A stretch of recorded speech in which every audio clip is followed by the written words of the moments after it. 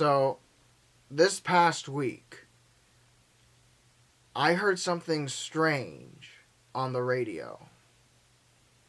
Now, for context, I have to drive at least 30 minutes to and from work. I know it sucks, but there's nothing I can do about it. So, while I'm driving, I like to listen to jazz because, it helps me calm down. Well, one day this past week, while I was driving, I heard this on the radio, and I want you to take a listen. Let us stop being like the wicked five that rejected his gift. They were alive, my brothers. If they had accepted his gift, they would be walking among us today. But what did the five do? They mocked him. They cursed him. They killed him. Death was no match for the Creator. Oh, no. The Creator lay dead for several days and nights in a tomb. No.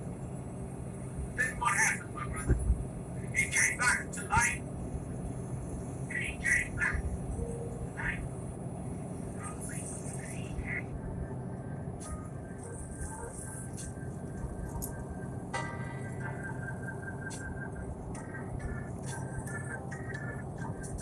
Now, I think I picked some church service from some Christian radio station, but I don't remember anything in the Bible about the wicked five or some guy dying in a tomb of gold or mold or whatever that preacher said.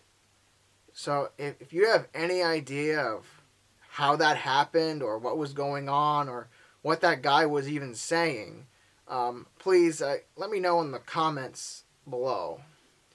Now, before I end this video, I want to comment on a few theories that I've seen about the Notebook. And one of those theories comes from a guy named Freddy Foz Circus. My guess is two things. Either a Japanese company is outsourced to do the coding and development, or they are reusing code from other scrapped games to make the process go faster.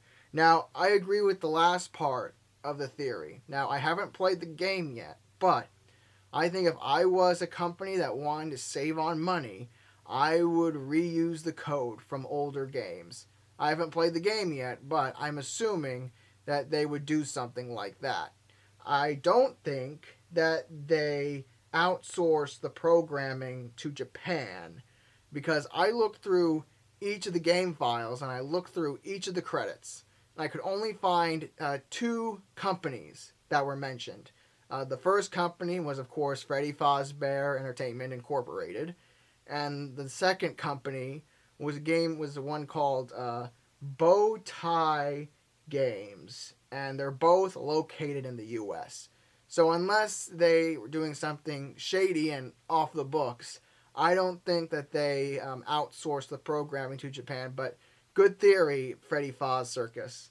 The next one comes from a person named Adam Silverstein, 8899, and they say, I looked back at Mike's original video about this game from 2015 and noticed some interesting things. He says he uses a cheat code, down right, up right, to get to level 21, causing the game to glitch out and show some weird images. Maybe he activated the anti-cheat mentioned here. They refer to it as skull.exe, they as in the developer, and if you look back at his video and go to the part where the game glitches for a split second, it seems like one frame shows an outline of what looks to me like a skull. So I had to look this up for myself. So here, let me bring it up for you. Hold on. Now, if you go back to the original video and go to the 1 minute 20 second mark, you'll see it starts glitching out. Let's see. There we got one image here. It looks like two eyes, I think. It looked like two eyes to me. And then they have this little skull. I think it looks like a skull. I mean, you can see through the eyes and you can see through the mouth. It might just be like a regular face, but I can see what you're talking about, Adam, because it does look humanoid. It looks like a face and a head, so it might be a skull. And this might be the skull.exe that the journal is referring to. So that could be another like reuse code from the old games. Now I want to go back. See where he says where he puts down the code. Here we go. He says, I will demonstrate this by emulating the game and using a cheat code down, right, upright. So, what I'm thinking is that maybe the Japanese code that the journal refers to is maybe like a button sequence that is used in that's used by a Japanese company that they put in like all of their games, or at least most of their games. I don't know which one that could be, but that's what I feel more strongly towards that. And now, before I end the video, I want to leave a few comments of my own.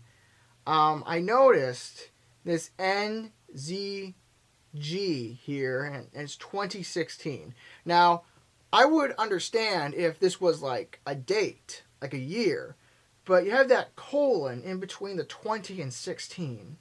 I have no idea what that is. So if you guys have any idea of what that 2016 might be, please let me know. I feel like I'm closer to finding Michael than I've ever been before, and I owe that to you guys. So thank you very, very much. So with that, I'll see you guys in the next video. I'll see you.